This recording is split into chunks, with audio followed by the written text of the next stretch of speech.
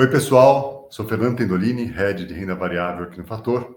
E esse vídeo é para a gente falar um pouquinho sobre o mês de novembro de 2024 e para a gente comentar um pouco do desempenho do fundo Fator Momento especificamente.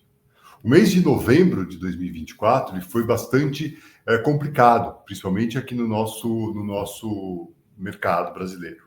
A gente teve um grande descolamento. Enquanto lá fora a gente tinha, principalmente nos Estados Unidos, um bom momento vivido depois da eleição do Trump, principalmente alimentado por expectativas de menos regulamentação, por um lado, e maior proteção da economia americana, por outro. Aqui nós tivemos uma certa frustração com as medidas fiscais apresentadas pelo governo, o projeto de medidas apresentadas pelo governo, e que tinham sido muito esperadas até as eleições municipais aqui no Brasil.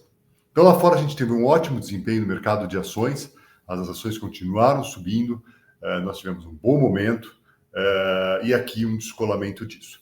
Então, por conta disso, nós tivemos aqui, por exemplo, o índice Small Cap se desvalorizando em 4,5%, o próprio Ibovespa com queda próxima de 3%, completamente desconectado do que foi o desempenho lá fora. De forma geral, as ações das empresas mais ligadas aos cíclicos domésticos, como o pessoal classifica, foram as que mais sofreram, em virtude do aumento da taxa de juros, das curvas de juros e da desvalorização do real em relação ao dólar.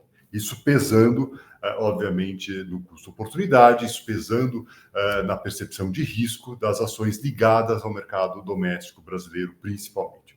Então, quando a gente teve, apesar de toda a espera do mercado, a apresentação de um pacote de medidas que, em certa medida, estava, de certa forma, esperado, mas com agregados que vieram na direção de mais instabilidade, principalmente na questão da desoneração do imposto de renda para as pessoas com até R$5.000, e uma compensação específica e sem muita claridade se isso vai ser ou não aprovado, o mercado ficou bastante nervoso e começou um processo aí de desvalorização, principalmente, como eu disse, ligado às empresas cíclicas domésticas, muito ligadas principalmente à taxa de juros.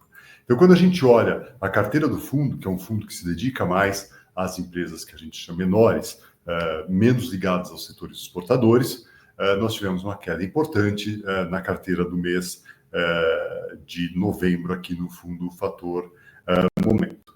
Apesar de a gente estar tendo uma diversificação grande em relação às empresas também, usando o instrumento dos BDRs, isso não foi suficiente para compensar a queda de algumas empresas. Aqui a gente pode citar, por exemplo, o setor de construção civil, com quedas importantes, lembrando que o fundo tem posições na EZTEC, na Cyrela e na Tenda, e também no setor de consumo, com empresas como Guararapes e ASA.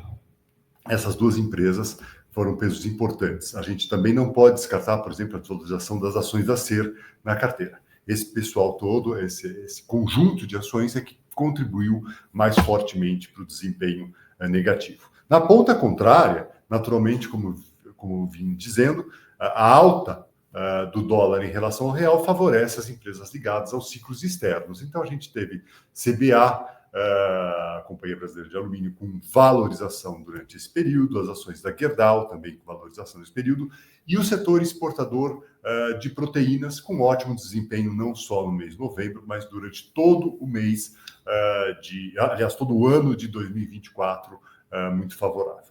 Então, apesar dos contrapesos da carteira, ela teve uma desvalorização importante, mas a gente continua com exposições grandes em setores ligados ao mercado doméstico, que apesar dessa turbulência toda na taxa de juros, no câmbio e nas expectativas futuras, eu acho que a gente tem um peso importante do ritmo de atividade.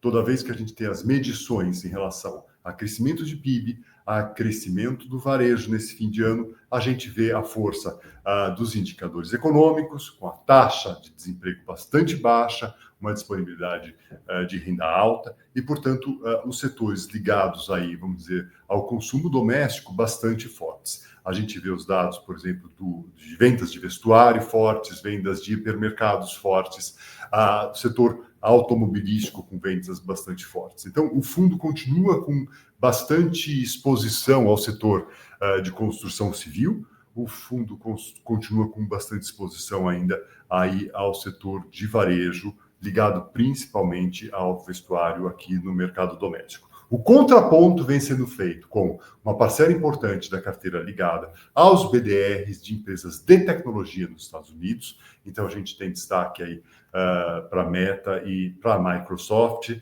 mas também para o Russell 2000, olhando para toda essa dinâmica que tem se desenrolado a partir da eleição do Trump. A carteira hoje tem uma exposição um pouco mais comedida em relação à exposição final, net, por conta principalmente dos ajustes que vêm sendo colocados na curva de juro nas reuniões futuras do Copom.